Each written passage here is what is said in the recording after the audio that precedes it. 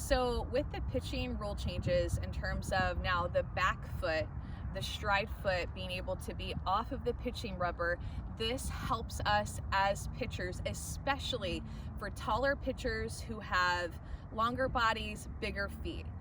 I think that was a big part of the rule change, is that it was a little bit unfair for pitchers who did have bigger feet versus people like me who are only 5'5", wear a size 8 or 7.5. It was easier for me to put both of my feet on the pitching rubber and still be able to get into a really good angle as I was going to push out. So when I think of this rule change, I think of taller pitchers, and I also think of pitchers that aren't as flexible, that when their feet were closer together, that they weren't able to get as much hinge in their hips to be able to drive out. So that is one of the biggest reasons that there is the rule change. The second reason, and I know this for sure at the NCAA level, is that it was really difficult for the umpires to see the back foot off of the pitching rubber.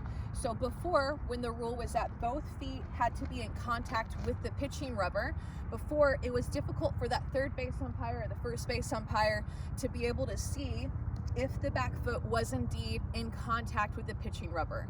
So because it was hard for them to see, because it was hard for those umpires to see, I think they just wanted to say, hey, this is what the international level is doing. Let's go ahead and make it be that the back foot does not have to be in contact with the pitching rubber, and let's move on from there. So going to why this is an advantage for pitchers, talked a little bit about the fairness in terms of height, bigger feet, flexibility. It can help create a deeper angle into your front side to really be able to push out and over your front toe. The more narrow you are, the harder it is to create that angle. It almost feels like a little bit more unbalanced.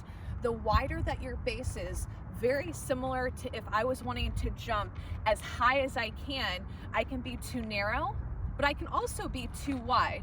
If I wanted to jump as high as I can, every person's width is going to be different, and that feeling of being able to feel the most explosive from here to up to be able to jump. That is similar here too. We have to be certain that just because we can do something doesn't mean that we go too far in making a wider base when really it might not be the best thing for us. So every pitcher will be different. So one pitcher might have their back foot off an inch or two. Another pitcher might feel more comfortable with 6 or 7 inches back behind the pitching rubber. It's going to be important that just because I can bring my back foot all the way back here, that I pay attention to what feels the most explosive for me and best for me to put me in the best position like a sprinter to push off of the pitching mound and become the best, most explosive pitcher I can be. So be sure, not too big, not too wide, that you're feeling what is best for you.